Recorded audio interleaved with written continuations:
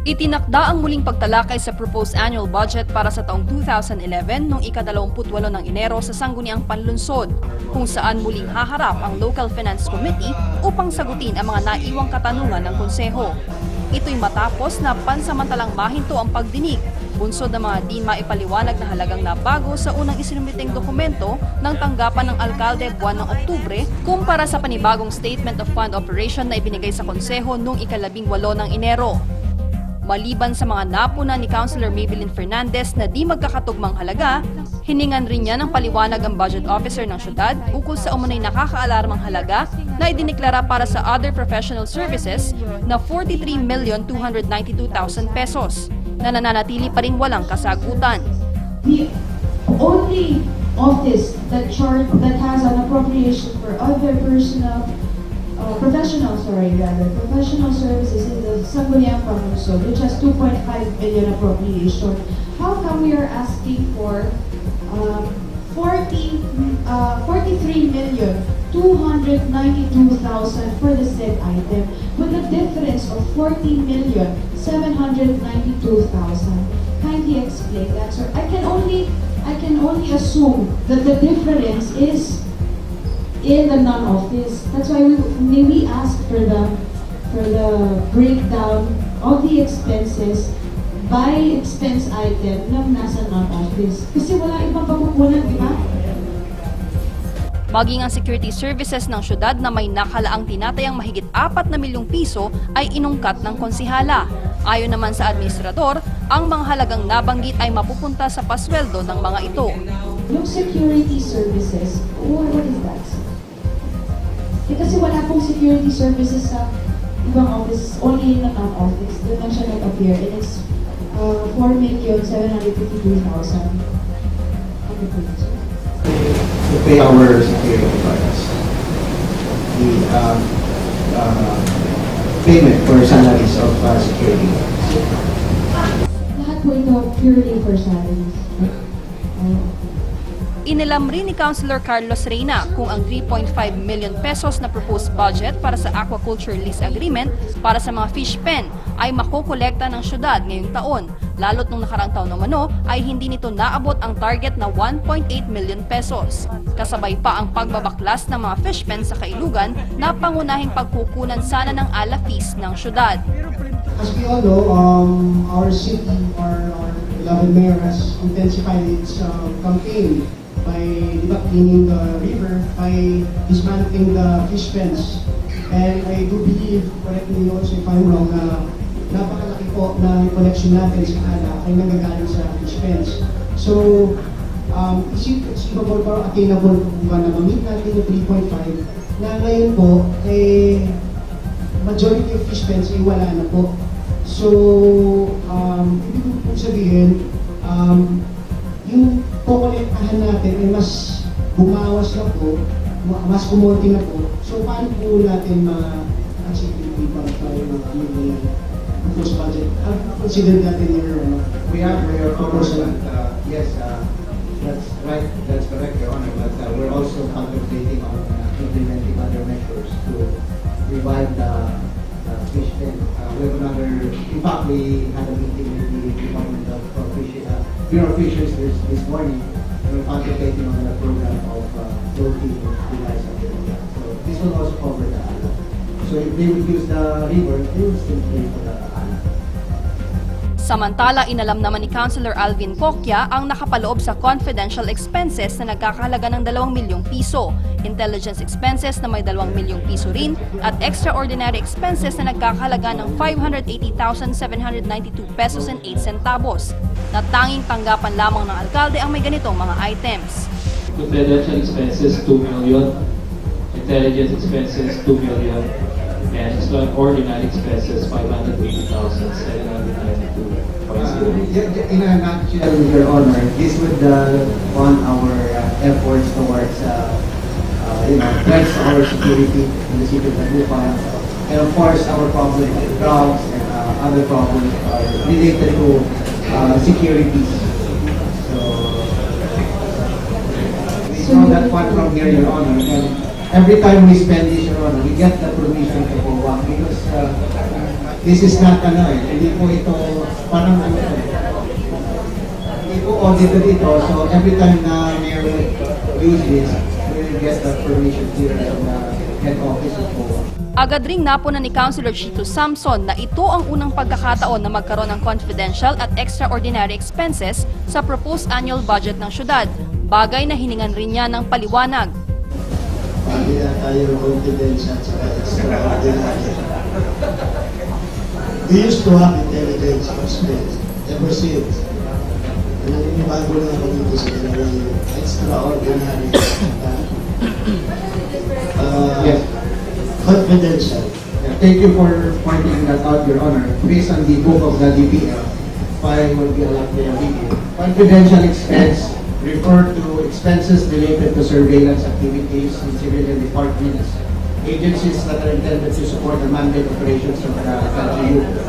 So yung intelligence naman refers to expenses related to intelligence information. Minsan, we utilize our Philippine National Police, we also help them. So yun po yung sa intelligence. Yung sa extraordinary po,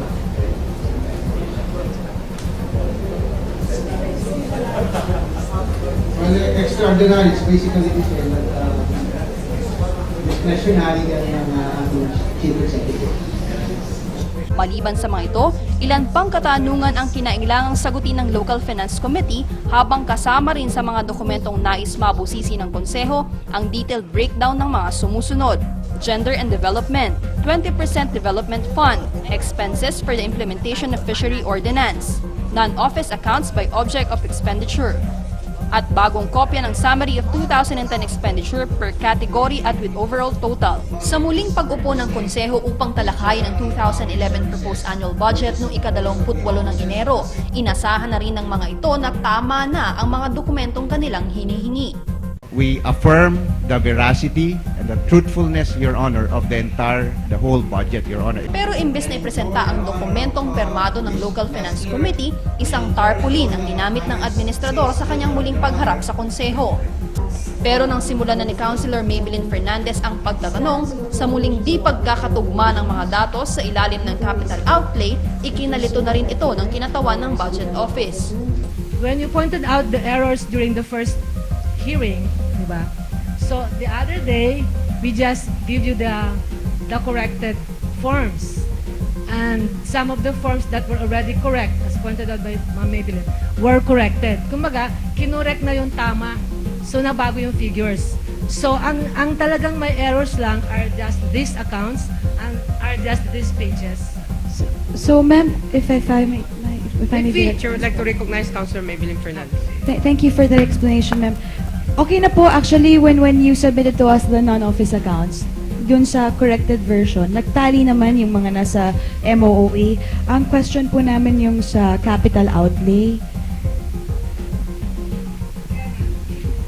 Kasi po, ma'am, yung sinabit nyo sa amin last week, you said that's the corrected version already. Am I correct? The original version, that's the correct one.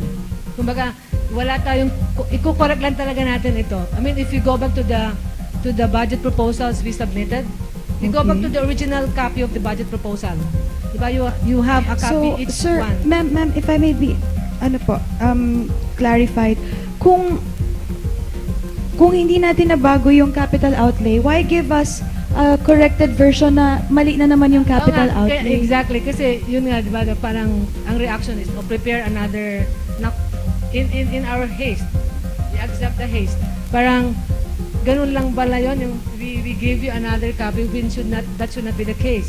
Diba, the correction pala, it should come from the body. Ma'am, how could you explain yung sa furniture and fixtures na you're only asking 680,000 pesos when in fact when you total all the offices, it would add up to 730,000 pesos? I mean, you're speaking of the original. Yes, I'm speaking of the original, ma'am. You haven't Okay. changed that po.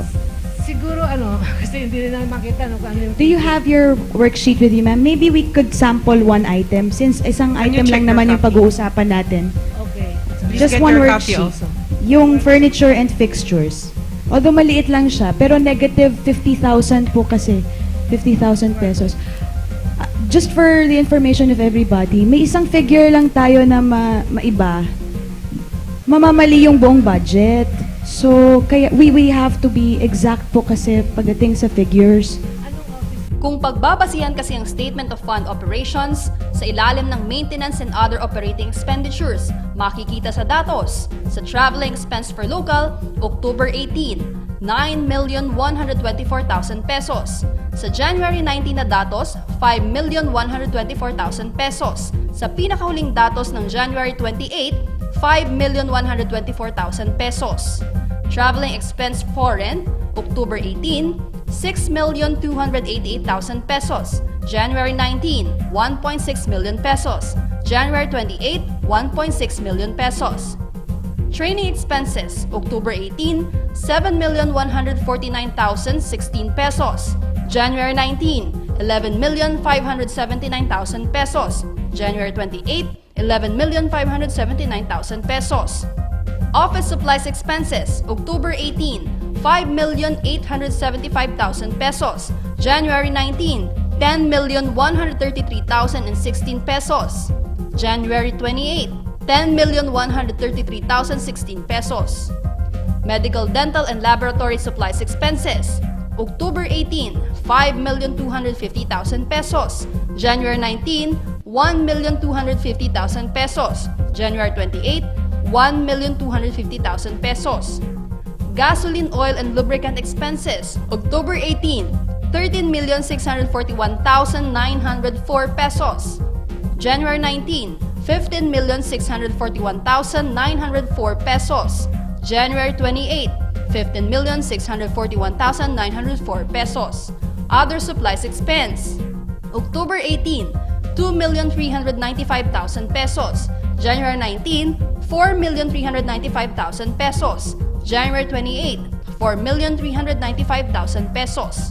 Ngunit sa capital outlay, makikita na sa land improvements, October 18 na datos, 13,500,000 pesos. January 19 na datos, 15,500,000 pesos. Ngunit sa pinakahuling datos, muling bumalik sa 13,500,000 pesos. At sa other structure, 27 million pesos noong October 18, habang 25 million pesos naman na nabago ng January 19. At sa pinakahuling datos, muling bumalik sa 27 million pesos.